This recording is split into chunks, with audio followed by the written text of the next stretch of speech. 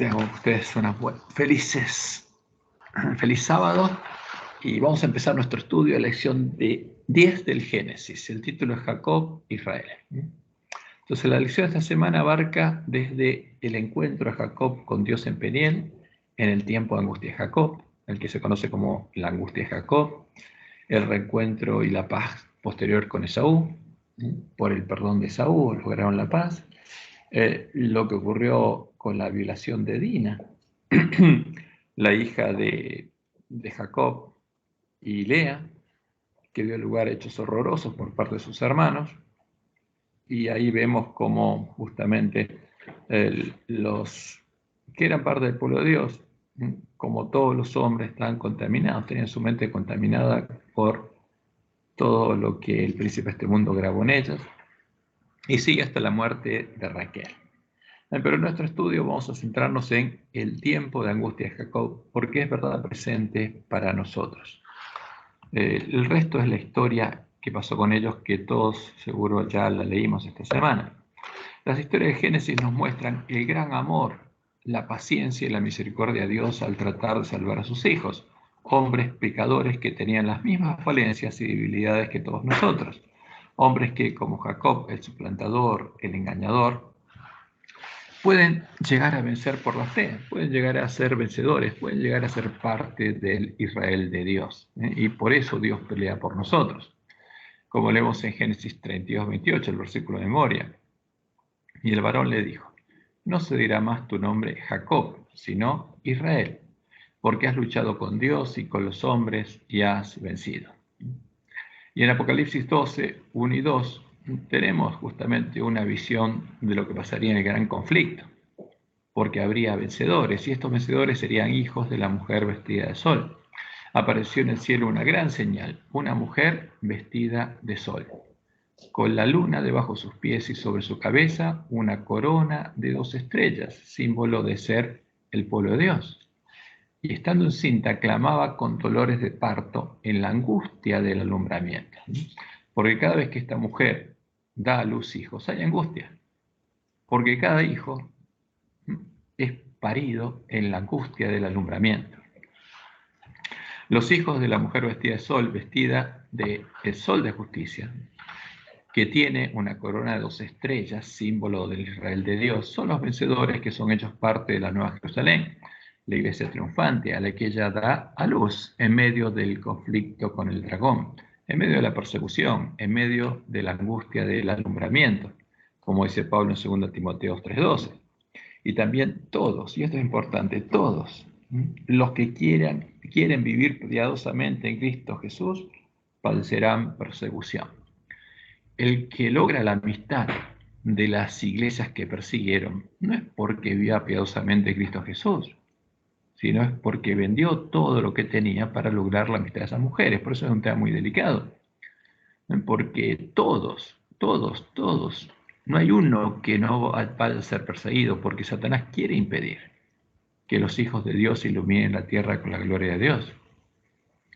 Y como leemos en Apocalipsis 12:6, y la mujer huyó al desierto, porque era perseguida, donde tiene lugar preparado por Dios para que allí la sustenten por 1260 días, hasta que el lugar santuario de Dios y la verdad fueron echados por tierra. Ahora, la misma persecución volvería a suceder cuando los lugares asolados empezaran a ser reedificados, porque Satanás se opondría con todo lo que tiene a que eso pasara. Y eso tiene una relación directa con el pueblo adventista. Como dice Jesús, al que venciere, yo lo haré columna en el templo de mi Dios, porque voy a reedificar los lugares asolados. Y acá le está hablando al remanente de la iglesia, justamente de la Reforma, al pueblo adventista. Y nunca más saldrá de allí, y escribiré sobre él el nombre de mi Dios y el nombre de la ciudad de mi Dios, la Nueva Jerusalén. Va a ser parte del templo de Dios y de la ciudad de Dios, la cual desciende del cielo de mi Dios y mi nombre nuevo. Y va a tener el nombre de Dios y mi nombre escrito en la frente. Va a tener el carácter de Dios, esa es la promesa. Ahora, como Dios le mostró a Lena, la promesa es para el pueblo adventista. En el mundo existe solamente una iglesia que esté actualmente en la brecha, reparando el muro, reedificando las ruinas. El mundo entero está lleno de odio hacia los que proclaman que la ley de Dios está en vigencia, y la iglesia leal a Jehová debe sostener un conflicto no común, porque no tenemos lucha contra sangre y carne, sino contra principados, contra potestades, contra los gobernadores de las tinieblas de este siglo, contra huestes espirituales de maldad en las regiones celestes, que se opondrían a que el pueblo antista complete su obra. Como sucedió en el tipo, en la reedificación de Jerusalén, hecha en el tiempo de Nehemías, los lugares asolados serían reedificados en tiempos angustiosos, en medio de la angustia del alumbramiento. El tiempo en el que, como Jacob, tendríamos que luchar y vencer, porque los lugares asolados del templo de Dios es su pueblo, y Él mora con su pueblo. Entonces, para que los lugares asolados fueran reedificados, tendría que haber piedras vivas que fueran colocadas en el templo de Jehová. Y, por supuesto, Satanás se opondría a que la mujer volviera a empezar a tener hijos. Y leemos en Daniel 9:25, sabe pues y entiende que desde la salida de la orden para restaurar y edificar a Jerusalén hasta el Mesías príncipe, habrá 7 semanas y 62 semanas, o sea, 69 semanas hasta que Jesús fuera ungido. Pero ¿qué pasaría? Se volverá a edificar la plaza y el muro en tiempos angustiosos. Y como leemos en la historia de Nehemías y Esdras, Jerusalén fue edificada en tiempos angustiosos. Y lo mismo pasaría en nuestro tiempo, cuando el pueblo adventista cumpliría su misión. Habría angustia. ¿Por qué? Porque Satanás se opondría con todas sus fuerzas a que eso ocurriera. Entonces esto es lo que sucedería en el tiempo de la última generación, y habría un orden en el que el pueblo de Dios sería hecho parte del templo de Dios cuando el lugar de su santuario fuera reedificado. ¿Quiénes serían los primeros hechos parte del templo de Dios? El pueblo adventista. Primero serían levantadas las columnas del templo de Dios con piedras vivas, con los vencedores de la iglesia remanente, con el pueblo al que Dios llamó a hacer esa obra, que habrán llegado a ser las primicias de la esposa del Cordero en la última generación, como leemos en Apocalipsis 14:1.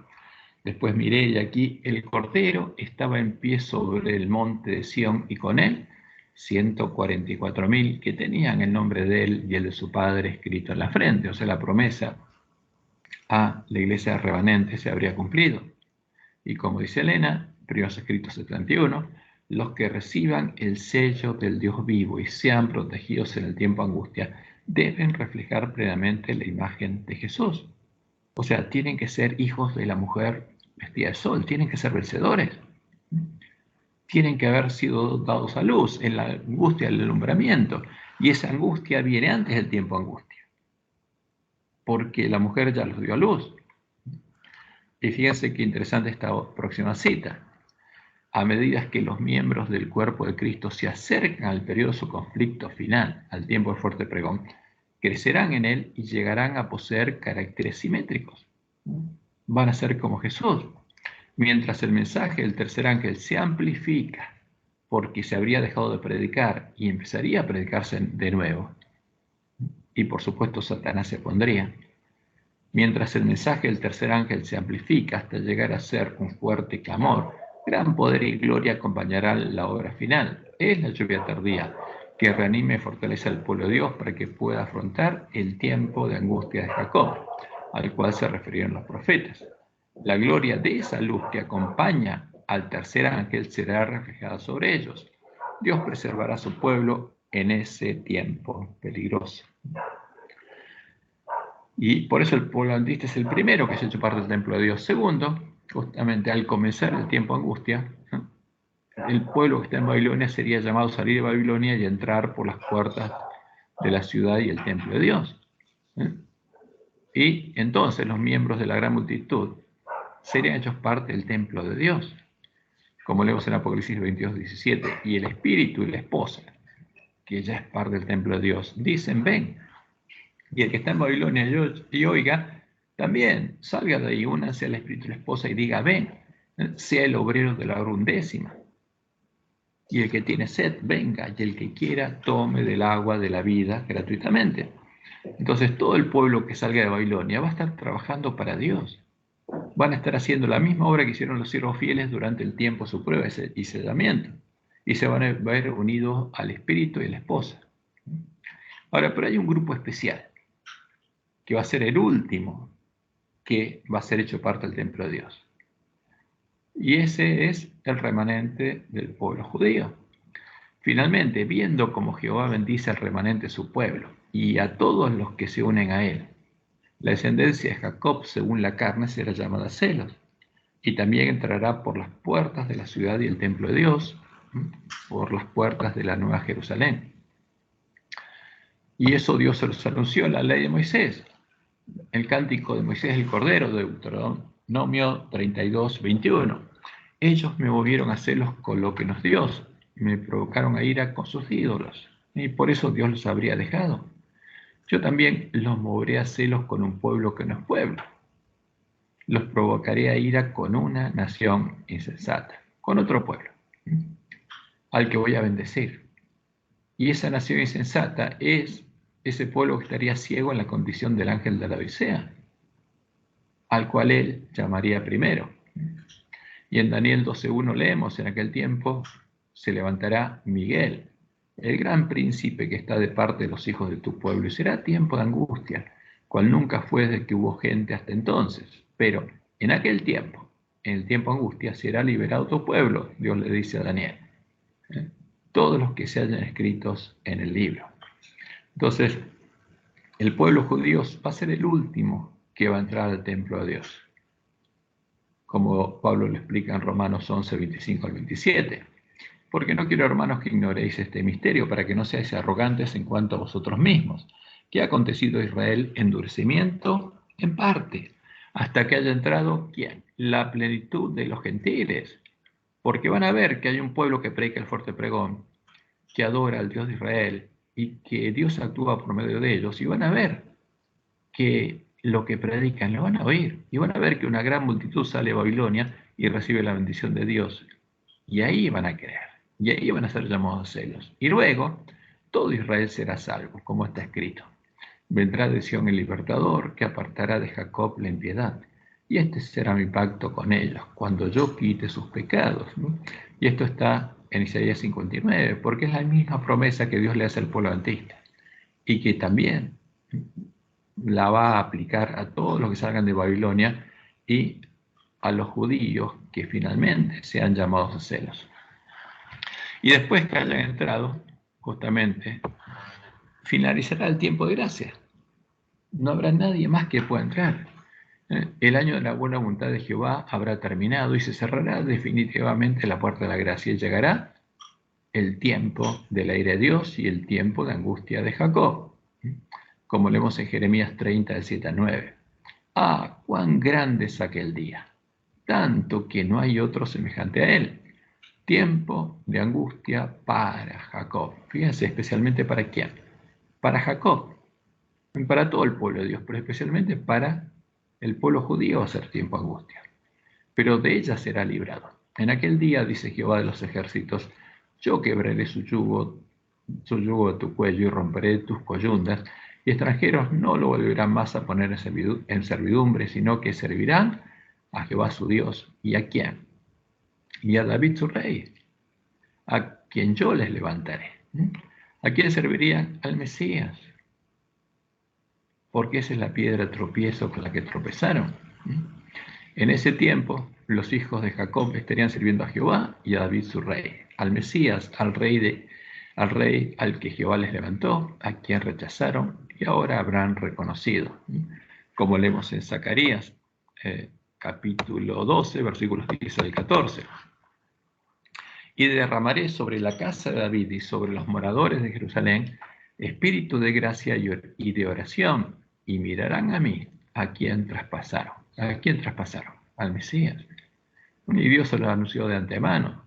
Y llorarán, como se llora por hijo unigénito, afligiéndose por él, como quien se aflige por el primogénito. En aquel día habrá gran llanto en Jerusalén, como el llanto de Hadad Rimón, en el valle de Megiddo, en el valle donde está la batalla de Armagedón. porque el Ar es el monte, Magedón, Megiddo, es el monte que está en Megiddo. Y la tierra lamentará cada linaje aparte. Y van a llorar. Y se van a angustiar y van a llorar. Porque van a reconocer justamente a lo que rechazaron, porque era la promesa de Dios para Israel. Pero ahí van a llorar y van a recibir la bendición de Dios. Y Dios hasta ese momento lo va a estar esperando. Ahora, fíjense que estas son las promesas de Dios para la descendencia de Jacob. Y en nuestro estudio de esta semana vamos a ver cuál fue la angustia de Jacob, la que Dios tomó como un tipo en la poesía y que se va a repetir. Pues vamos a la historia de Jacob, vamos a la angustia de Jacob. Cuando Jacob está volviendo a la casa de su tío Labán, de las tierras de Babilonia a la tierra de Canaán, se enfrenta a un tiempo de angustia por dos razones. Primero, él sabía que había pecado, que había engañado a su padre para robarle la bendición que él quería darle a Saúl. Y también él sabía que su hermano Saúl, a quien él había robado la bendición de su padre, engañándolo, buscaba matarlo. Por eso Jacob necesitaba estar seguro del perdón de Dios, necesitaba el perdón de Dios. Aunque se había arrepentido, necesitaba estar seguro del perdón de Dios. Y necesitaba el perdón de su hermano. Porque si no, no podía vivir en paz. Y ese es el tema nuestro también, como Jesús nos dice. Nosotros también necesitamos el perdón de nuestros hermanos. Entonces, Génesis 27:41. Aborreció Esaú a Jacob por la bendición con que su padre lo había bendecido, y dijo en su corazón: llegarán los días del luto de mi padre, y yo mataré a mi hermano Jacob. Se propuso matar a Jacob.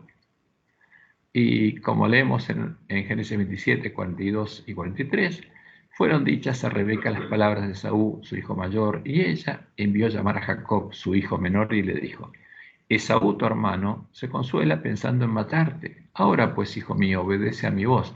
Levántate y huye a casa de mi hermano Labán en Harán. Entonces, aunque Jacob no haya recibido el sello de Dios, porque en ese tiempo nadie lo podía recibir, porque el Mesías no había muerto y Dios no podía hacer lo que había prometido hacer en el nuevo pacto, por la misma prueba pasará el pueblo de Dios en el tiempo en el que se estén derramando las 7 copas de la ira de Dios sobre la gran Babilonia, porque habrá un decreto de muerte en contra del pueblo fiel a Dios. Como leemos en el conflicto de los siglos, páginas 685 y 686, cuando Cristo deje de interceder en el santuario, se derramará sin mezcla la ira de Dios de la que son amenazados los que adoran a la bestia y a su imagen y reciben su marca. Las plagas que cayeron sobre Egipto cuando Dios estaba por libertar a Israel fueron de índole análoga a los juicios más terribles y extensos que caerán sobre el mundo inmediatamente antes de la liberación final del pueblo de Dios. Entonces, ¿qué va a pasar? Como Dios lo anunció en Daniel 12, primero le habría mandado a su pueblo el profeta Elías, antes que llegue el día de Jehová, a tocar trompetención.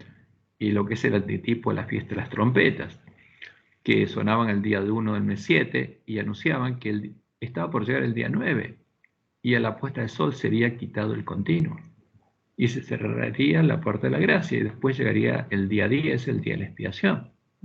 Y lo mismo va a cumplirse ahora, porque las fiestas solemnes tienen un cumplimiento claro y se cumplen en el remanente del pueblo de Dios, en la iglesia adventista, porque en el día y la hora que no sabemos va a ser quitado el continuo. Y después llegará el día de la expiación para los vivos y Jesús confesará el nombre de los vencedores. De eso es quiénes son los 144.000 que serán para su esposa. Y finalmente, cuando llegue el día 11, va a levantarse y va a ir a la batalla con su pueblo y va a derramar la lluvia tardía sobre los sellados de su pueblo. Y los justos van a resplandecer como el sol en el reino de su Padre en ese tiempo. Y será tiempo de misericordia. Y será la última batalla para salvar al pueblo que está en Babilonia. Pero ese periodo va a pasar, que es anunciado en la profecía de Daniel 12, pero como Jesús dijo, esos tiempos de Daniel 12 van a ser recortados. Hasta que se cierre la puerta para el pueblo que está en Babilonia, porque todos habrán recibido el sello de Dios, la marca de la bestia, y llegue el fin. Y entonces Satanás va a poder venir, va a venir la abominación desoladora de la que habló el profeta Daniel, pero ahora simulando la segunda venida de Jesús. porque el falso Jesús, que fue introducido en medio de la iglesia apóstata, ahora va a venir simulando la segunda venida de Jesús. Y cuando lo veamos, vamos a saber que llegó el fin, como dijo Jesús. Cuando veáis a la abominación asoladora de la que habló el profeta Daniel, entonces los que estén en Judea, los judíos, los hijos de Dios, huyan a los montes, porque esa es la señal de que llegó el fin y cumplimos nuestra misión. Y quedó preparado el camino a la segunda venida, y ya no tiene sentido predicar el Evangelio, porque no hay nadie que pueda ser salvo. Y ahí empieza el tiempo de angustia de Jacob. Cuando vemos a la abominación asoladora, empieza el tiempo de angustia de Jacob. Y va a terminar cuando Dios libera a su pueblo de la sexta plaga y resucite a los que habrán muerto como mártires predicando el fuerte pregón del mensaje del tercer ángel. Entonces, vamos a lo que Dios le mostró en el Juárez. Cuando Jesús salga del lugar santísimo, cuando termine su intercesión, su espíritu refrenador se retirará de los gobernantes y del pueblo. Estos quedarán bajo el dominio de los ángeles malos. Entonces, por consejo y dirección de Satanás, se harán leyes tales que, a menos que el tiempo sea muy corto, no se salvará ninguna carne. Y en Primeros Escritos, página 282, leemos: vi a los santos abandonar las ciudades y los pueblos y juntarse en grupos para vivir en los lugares más apartados. ¿Y esto cuándo ocurre? Cuando termina el tiempo de angustia, después de fuerte pregón. Los ángeles los proveían de comida y agua, mientras que los impíos sufrían hambre y sed. Vi después que los magnates de la tierra consultaban entre sí, y Satanás y sus ángeles estaban atareados en torno de ellos. Vi un edicto, del que se repartieron ejemplares por distintas partes de la tierra, el cual ordenaba que si dentro de determinado plazo no renunciaban los santos a su fe peculiar y prescindían del sábado para observar el primer día de la semana, quedaría la gente en libertad para matarlos. Un decreto de muerte para el pueblo de Dios, y eso va a hacer que el pueblo de Dios, como Jacob, esté frente a la muerte.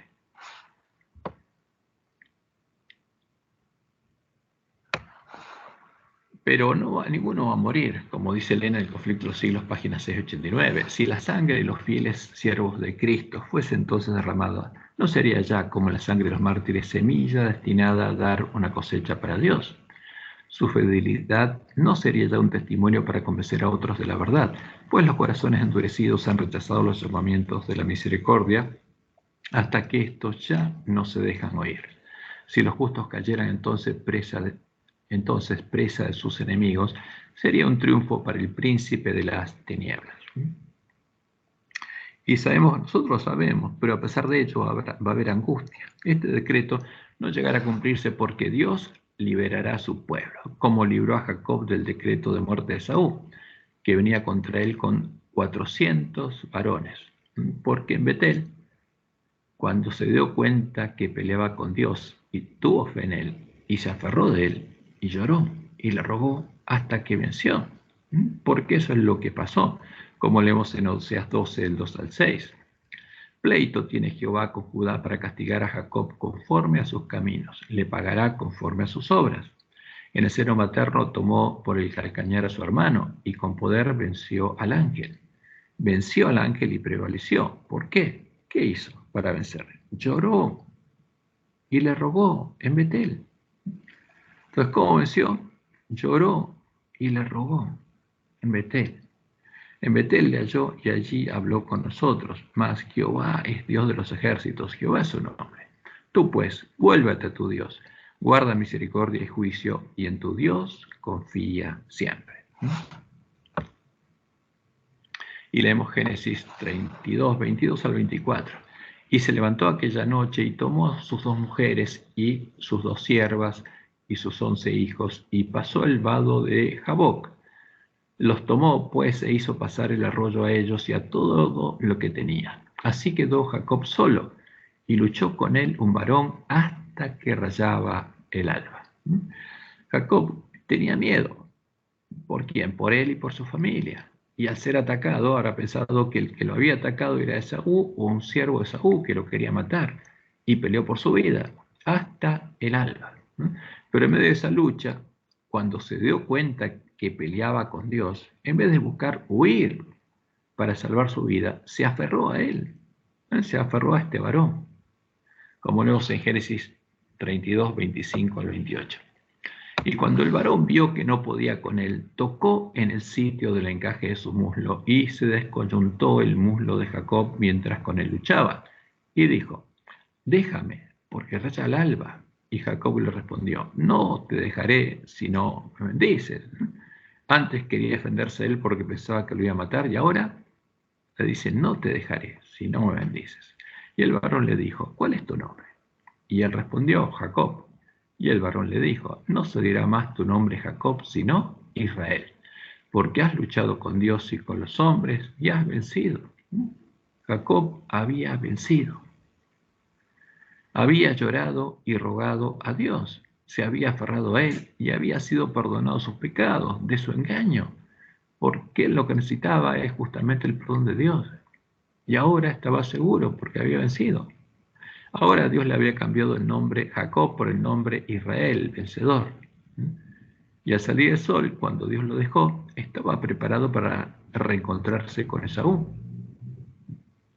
Y leemos Génesis 32, 29 en adelante. Entonces Jacob le preguntó y dijo: declárame ahora tu nombre. Y el varón respondió: ¿por qué me preguntas por mi nombre? Y lo bendijo allí, porque le había pedido que lo bendijera, y lo bendijo directamente. Y llamó Jacob el nombre de aquel lugar Peniel, porque dijo: vi a Dios cara a cara, y fue librada mi alma. Y cuando había pasado Peniel, le salió el sol y cojeaba de su cadera. Del mismo modo, cuando comience el tiempo de angustia de Jacob, todos los vencedores van a tener que aferrarse de Dios.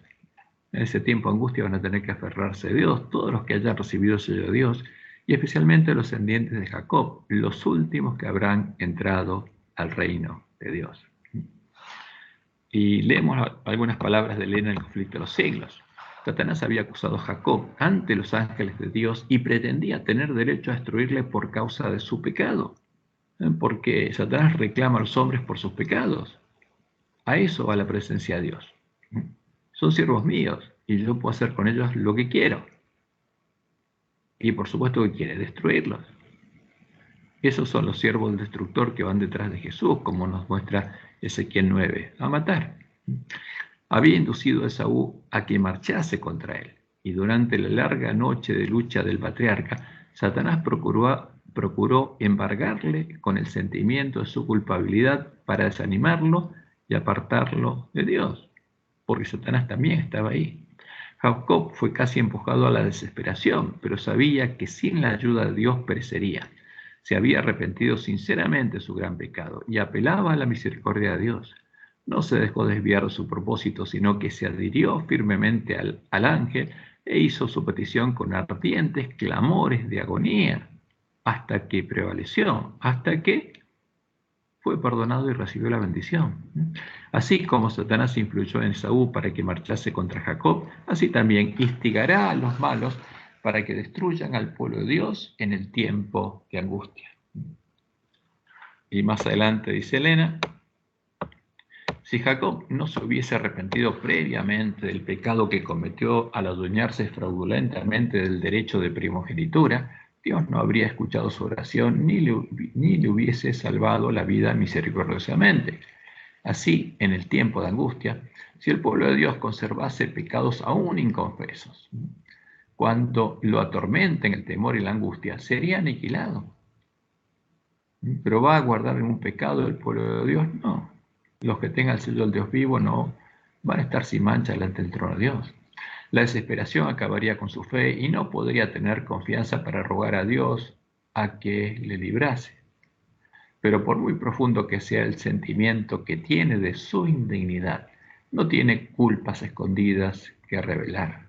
Sus pecados, los conscientes, han sido examinados y borrados en el juicio y, miren qué lindo esto, y no puede recordarlos, ya no puede recordarlos. Ya Dios los borró, ni siquiera se puede acordar a sus pecados. Esa es la promesa de Dios. Ese es el pueblo que va a estar sin mancha del trono, delante del trono de Dios. Y en la página 681 dice Elena: Cristo guardó los mandamientos de su Padre y no hubo en él ningún pecado de que Satanás pudiese sacar ventaja. Esta es la condición en que deben encontrarse los que han de poder subsistir en el tiempo de angustia. ¿Y quiénes van a estar en esa condición? El pueblo antista, por supuesto, que es el primero sellado. Después, el pueblo salga a la Gran Babilonia y entra por la puerta de la ciudad de Dios. Y finalmente, los judíos, que habrán sido llamados a cielos. Ellos también van a estar en esta condición. ¿Por qué? Porque antes que cierre la puerta de la gracia, habrán confesado cabalmente todos sus pecados y habrán sido perdonados. Pero tienen que pasar por esta prueba porque es algo que Dios previó, porque tiene que hacer una obra en ellos. El pueblo de Dios tiene que beber de la copa y ser bautizado con el bautismo. La misma dilación que es tan penosa para ellos es la mejor respuesta a sus oraciones. Mientras procuran esperar con confianza que el Señor obre, son inducidos a ejercitar su fe, esperanza y paciencia como no lo hicieron durante su experiencia religiosa anterior. Sin embargo, el tiempo de angustia será cortado por amor de los elegidos. Ahora la pregunta es, ¿por qué la angustia será mayor para los hijos de Jacob? ¿Hay una respuesta racional y clara que Dios haya revelado? Sí, es clara. Hay varios motivos. Primero, el pueblo adventista habrá sido probado y sellado antes del comienzo del tiempo de angustia. Y los sellados tendrán la seguridad de haber recibido la lluvia tardía, que habrá completado la obra de Dios en ellos durante la predicación del fuerte pregón del mensaje del tercer ángel.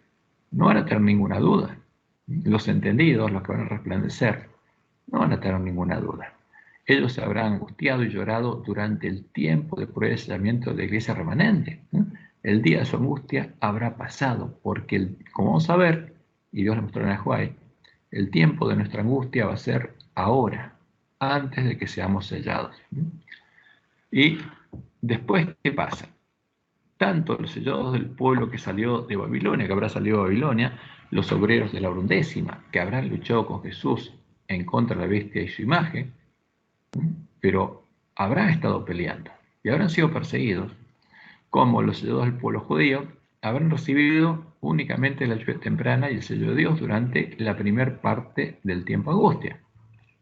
Ahora, durante el tiempo de angustia de Jacob, ellos tienen que recibir la lluvia tardía, que en poco tiempo debe completar la obra que comenzó la lluvia temprana. Pero hay una diferencia entre los que salieron de Babilonia y trabajaron, que los últimos que entraron, que va a ser el pueblo, los hijos de Jacob. Ellos van a estar más angustiados. Y la tercera razón es que justamente los más angustiados, los que más angustiados estarán por el perdón de los pecados, serán los últimos que entraron al reino de Dios, los hijos de Jacob, que habrán sido llamados a celos, y se habrán angustiado y llorado por todo lo que pasó al darse cuenta. Y ahora serán conscientes de todo lo que pasó. Y estarán angustiados y llorando. Pero Dios los librará. Y esa angustia los hará aferrarse más a Dios. Y Dios podrá hacer en ellos la obra que está esperando. La angustia de Jacob durará hasta que Dios los libere justamente a su pueblo en el tiempo de la 6ª plaga, cuando haga secar las aguas del gran río Éufrates que alimenta a la gran Babilonia. Conflicto del siglo 89. Por más que un decreto general haya fijado el tiempo en que los observadores de los mandamientos puedan ser muertos, sus enemigos, en algunos casos, se anticiparán al decreto y tratarán de quitarles la vida antes del tiempo fijado. Y en la página 693 dice Elena, cuando los que honran la ley de Dios hayan sido privados de la protección de las leyes humanas, empezará en varios países un movimiento simultáneo para destruirlos.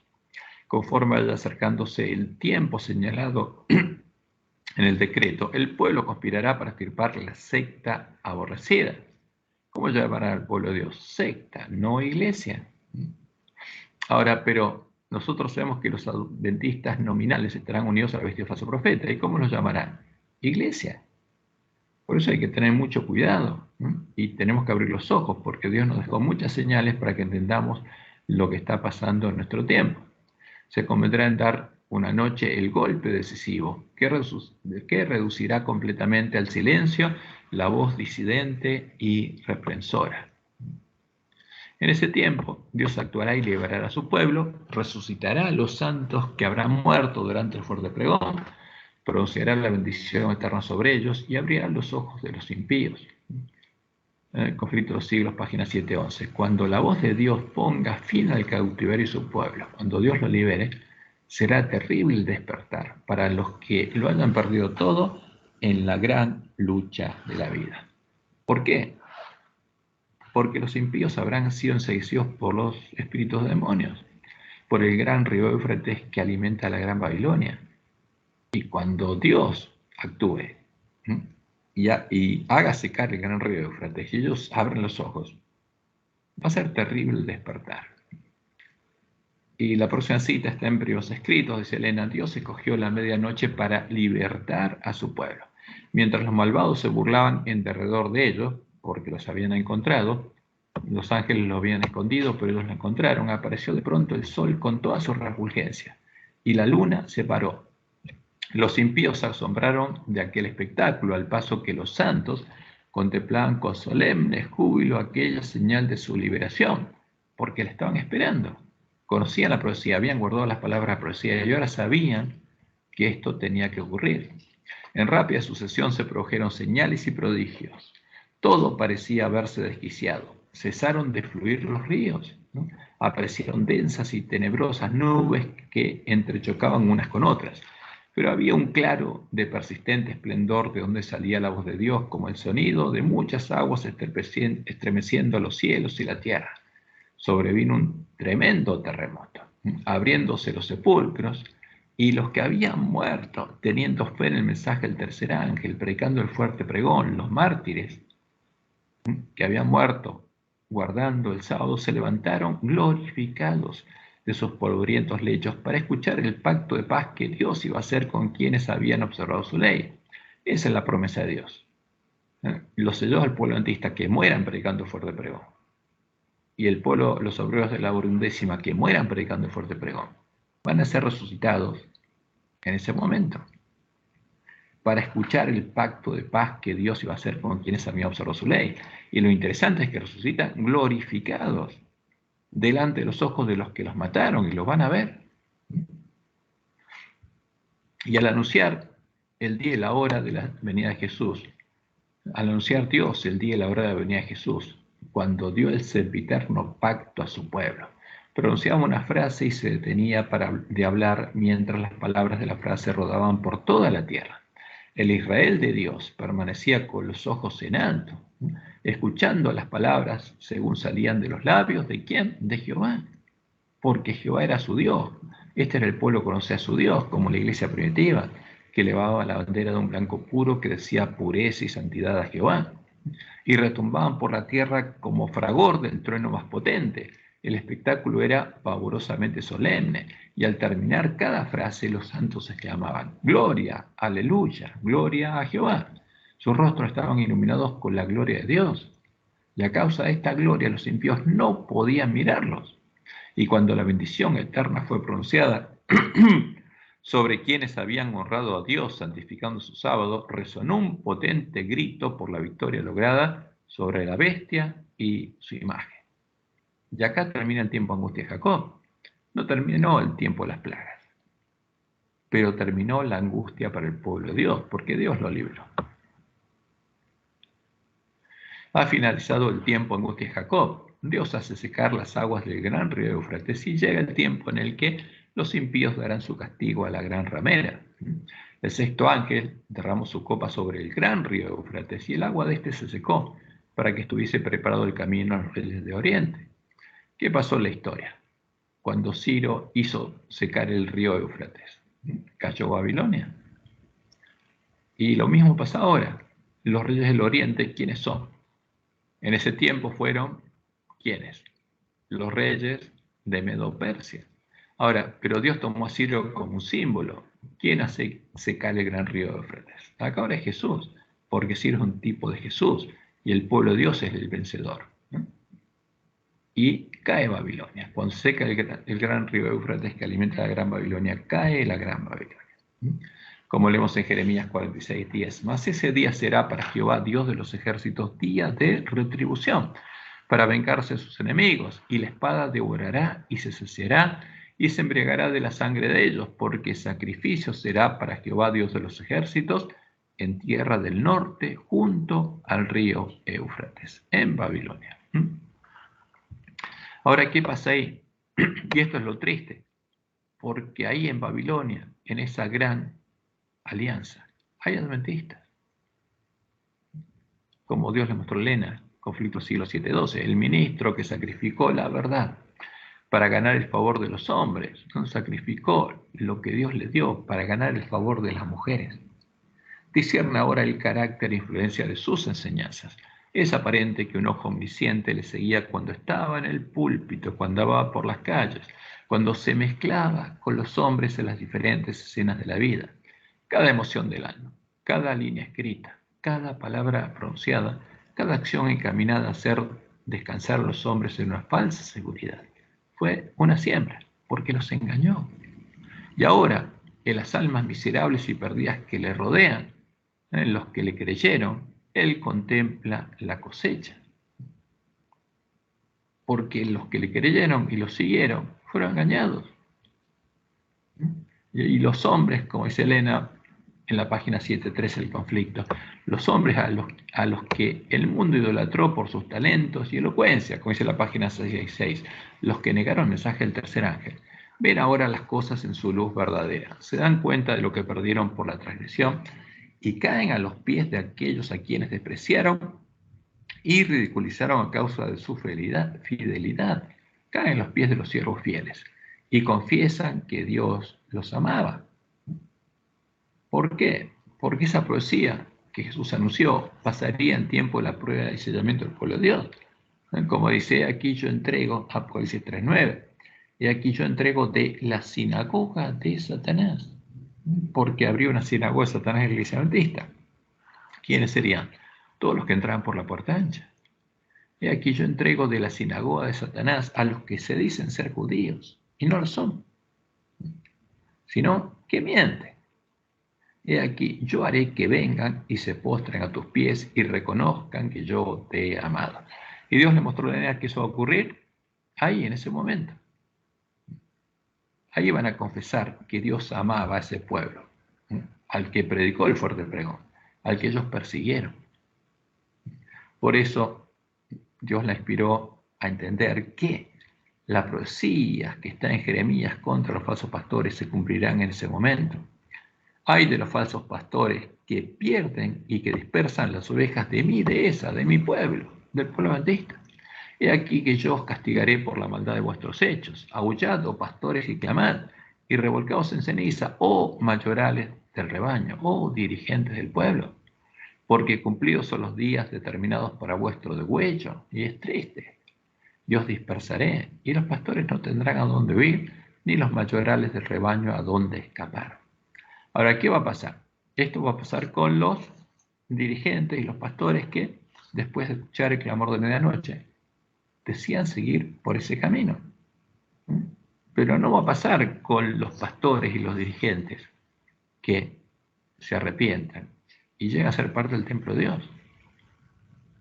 Por eso este es un llamado de Dios que tiene que escuchar el pueblo de Dios ahora, porque ese llamamiento empieza por los varones ancianos que están delante del templo, como él lo dice en Ezequiel 9.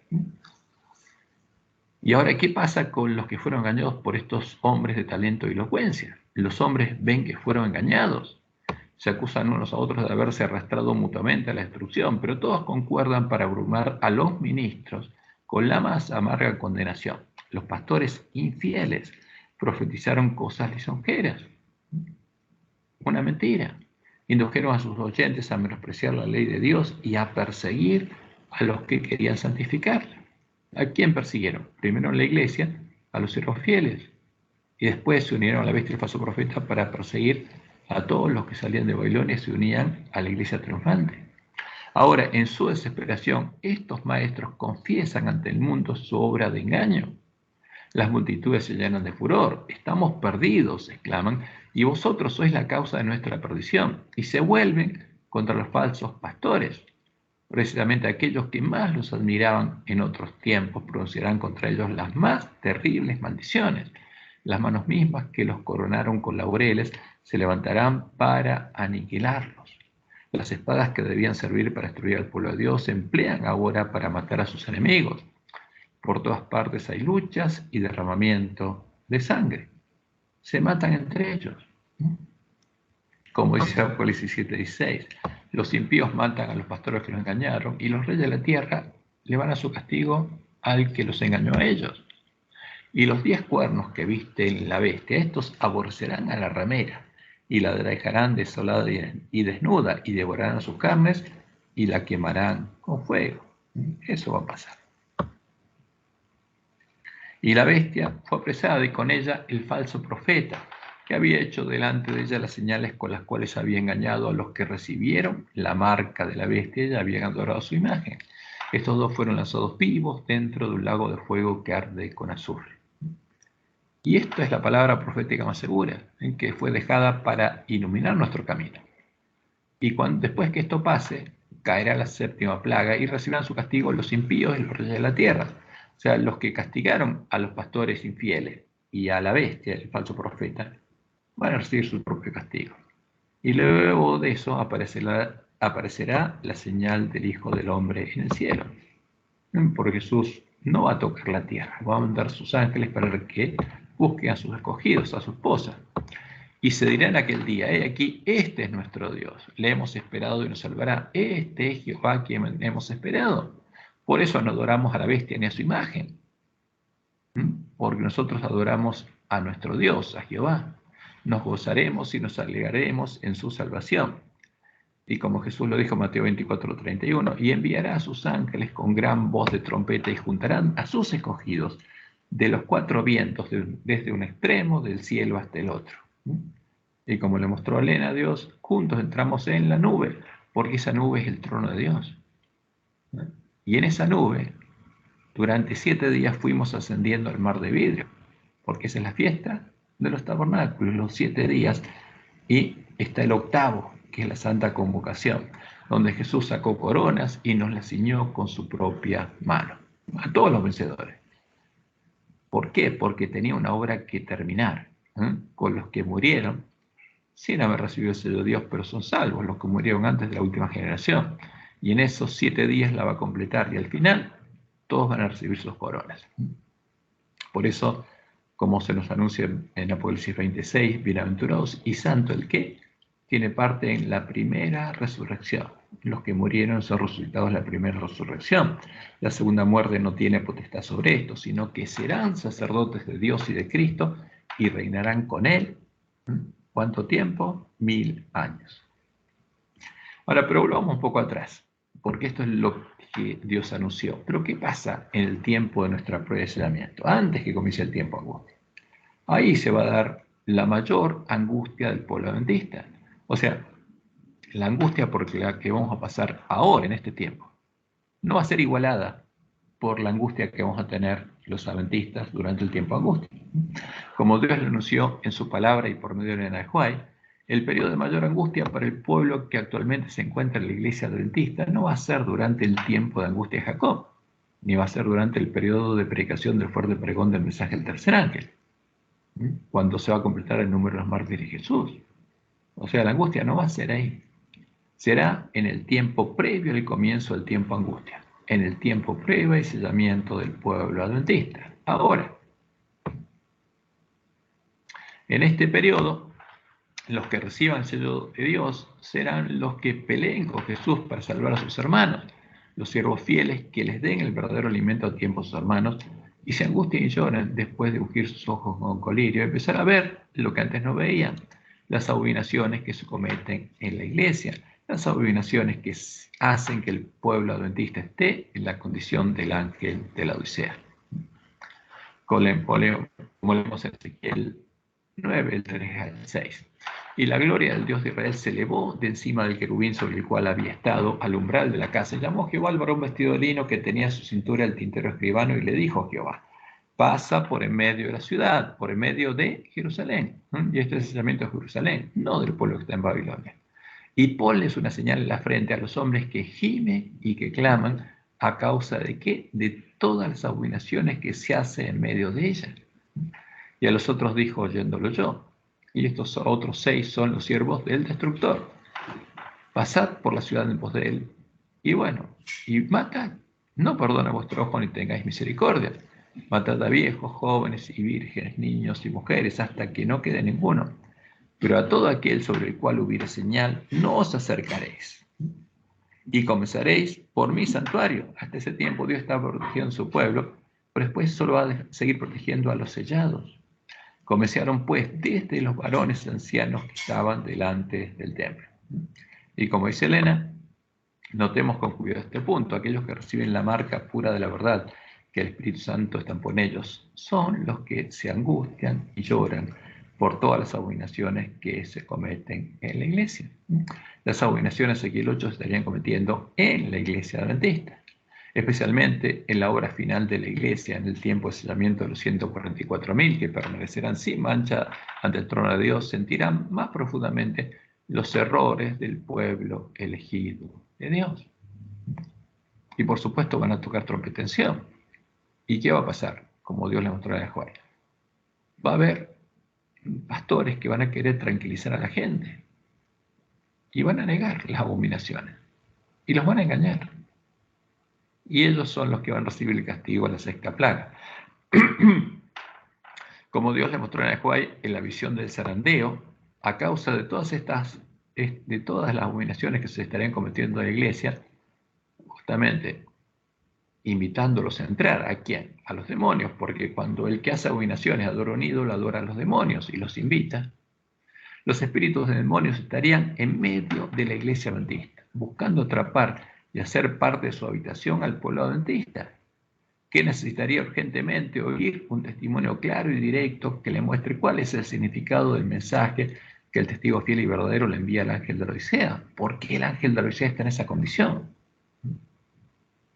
Y esto es lo que Dios nos reveló para abrirnos los ojos. El zarandeo, visión del zarandeo, está en primeros escritos. Vi que algunos, con fe robusta y gritos acongojados, clamaban ante Dios. Estaban pálidos y sus rostros demostraban la profunda ansiedad resultante de su lucha interna. Gruesas gotas de sudor bañaban su frente, pero con todo, su aspecto manifestaba firmeza y gravedad.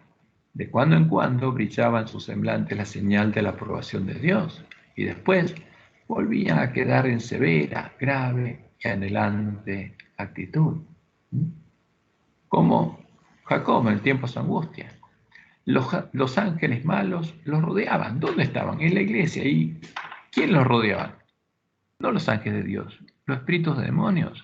Los ángeles malos los rodeaban, oprimiéndolos con tinieblas, para ocultarles la vista de Jesús y para que sus ojos se fijaran en la oscuridad que los rodeaba, a fin de inducirlos a desconfiar de Dios y murmurar contra Él.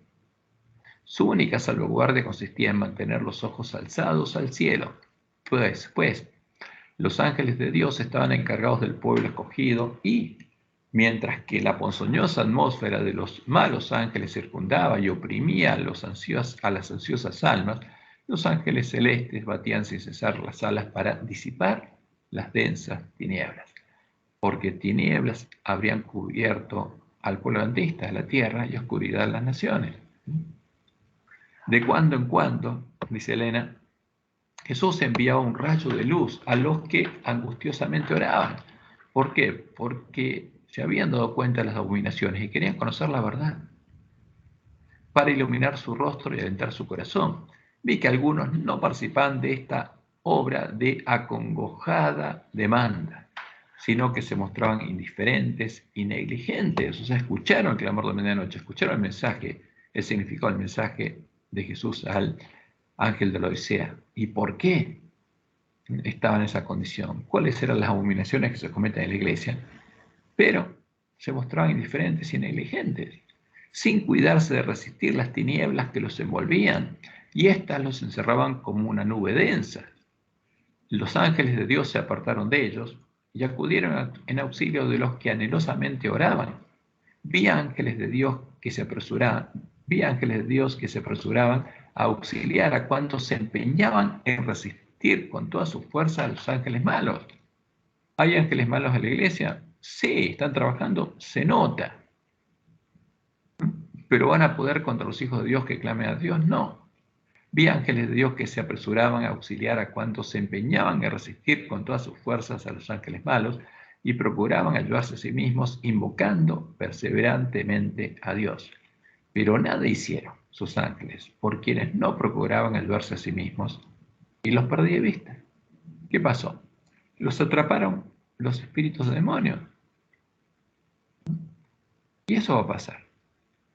Este zarandeo es el que separa espiritualmente a los adventistas que entrarán por la puerta estrecha al lugar santuario de Dios, con los cuales los lugares asolados serán reedificados, de los adventistas que entrarán por la puerta ancha a la sinagoga de Satanás y serán hechos habitación de demonios. Es un tema muy delicado y eso está pasando ahora. Por eso la angustia que va a tener el pueblo adventista cuando se dé cuenta de lo que está pasando. Dice Elena, pregunté cuál era el significado del zarandeo que yo había visto y se demostró que lo motivaría el testimonio directo que exige el consejo que el testigo fiel dio a la iglesia de la Odisea. ¿Qué hay que hacer? ¿Qué quiere Jesús? Que prediquemos cuando entendiéramos el significado del mensaje que le da a la iglesia de la Odisea, que lo prediquemos en forma clara y directa para que todos lo entiendan. Ese es el mensaje de Elías. Lo motivaría el testimonio directo.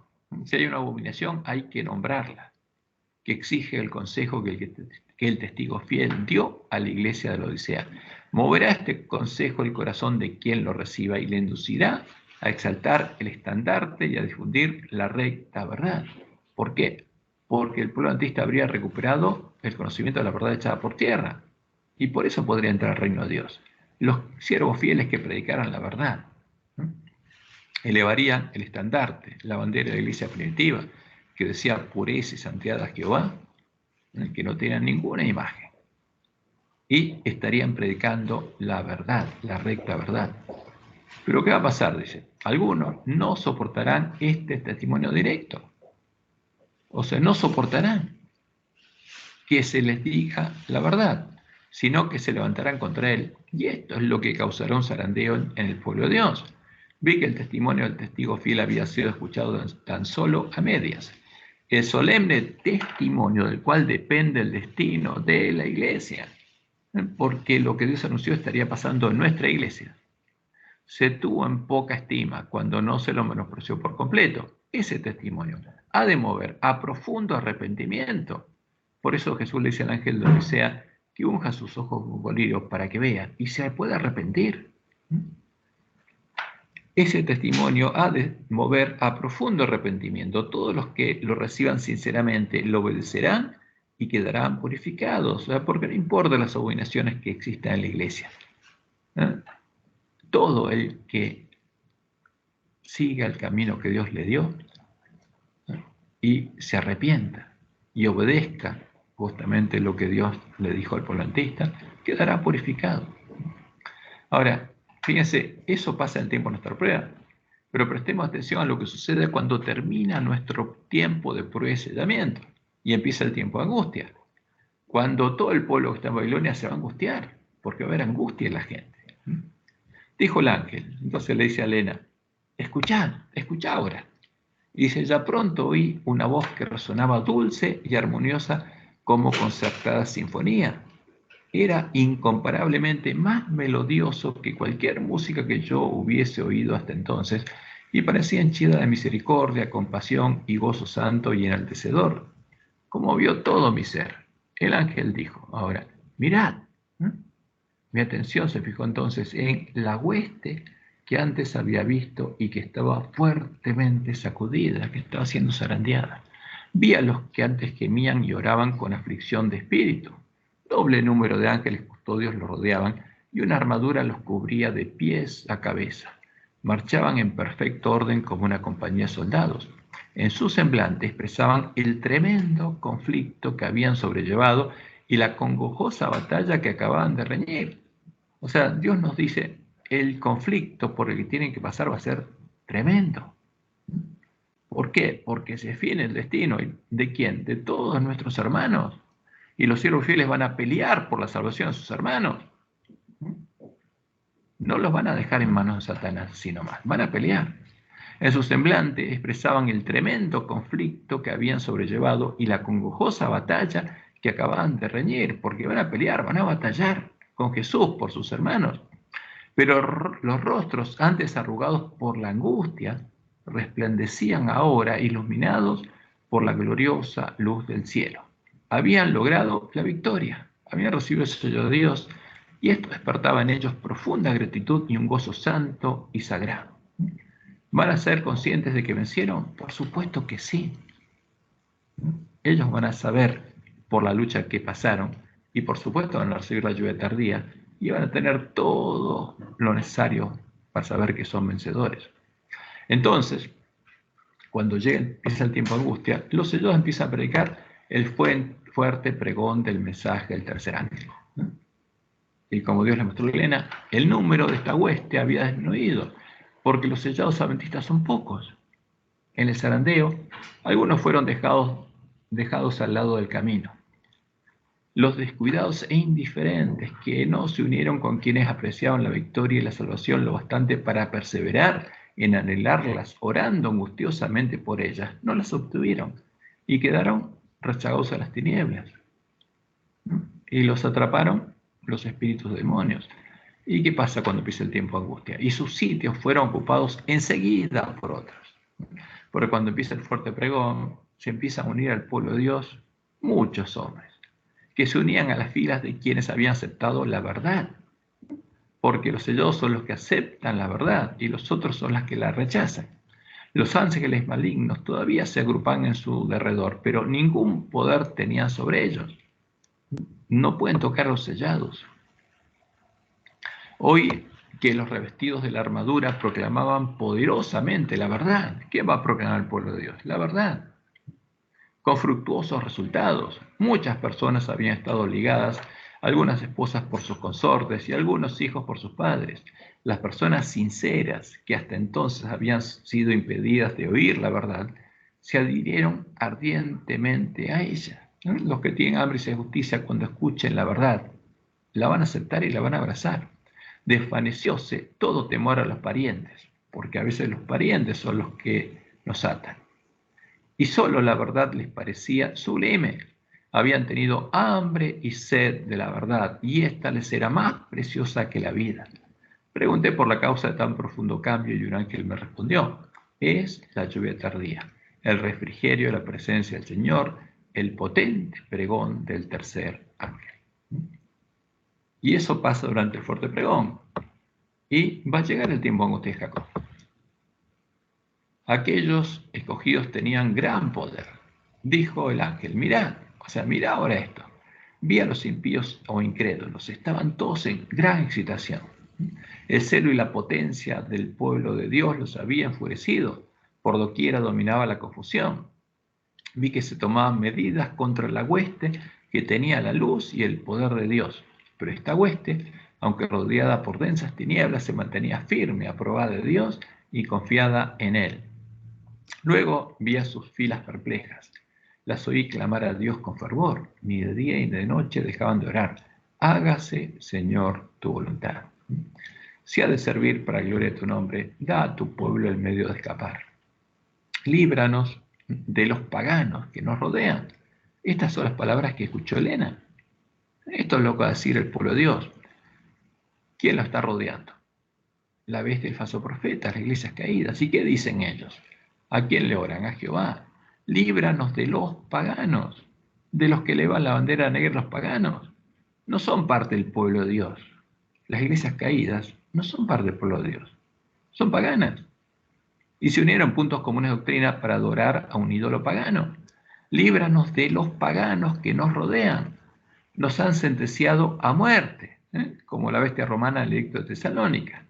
Pero tu brazo puede salvarnos. Tales son las palabras que puedo recordar, dice Elena.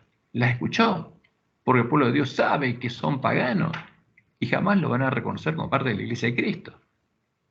Todos parecían hondamente convencidos de su insuficiencia y manifestaban completa sumisión a la voluntad de Dios. Sin embargo, todos sin excepción, como Jacob, oraban y luchaban fervorosamente por su liberación. Poco después de haber comenzado estos humanos su adelante clamor, los ángeles, movidos a compasión, quisieron ir a librarlos. Pero un ángel de alta estatura, que mandaba a los otros, no lo consintió y dijo: todavía no está cumplida la voluntad de Dios. O sea, el tiempo de angustia tiene un objetivo y es para bien de ellos. Han de beber del cáliz, han de ser bautizados con el bautismo, porque Dios tiene que hacer una obra en ellos, especialmente los últimos que entraron. Y finalmente va a llegar el día de la liberación del pueblo de Dios, y ahí va a llegar el día de la sexta plaga. Y leemos en primeros escritos, dice Elena: pronto oí la voz de Dios que estremecía cielos y tierra. Sobrevino un gran terremoto, por doquiera se derrumbaban los edificios. Entonces oí un triunfante grito de victoria, fuerte, armonioso y claro. ¿Qué pasa ahí? Dios resucitó a su pueblo, lo bendijo y se escucha el grito de victoria. Miré a la hueste que poco antes estaba en tan angustiosa esclavitud y vi que su cautividad había cesado. Los iluminaba una luz refulgente. Cuán hermosos parecían entonces. ¿Cómo nos gustaría poder ver ese momento, lo que va a pasar con nosotros? Se había desvanecido toda huella de inquietud y fatiga, y cada rostro rebosaba salud y belleza. Sus enemigos, después ahora toma Elena, los paganos que los rodeaban, porque son paganos, no son parte de la Iglesia de Cristo, cayeron como muertos, porque no les era posible resistir la luz que iluminaba a los santos redimidos.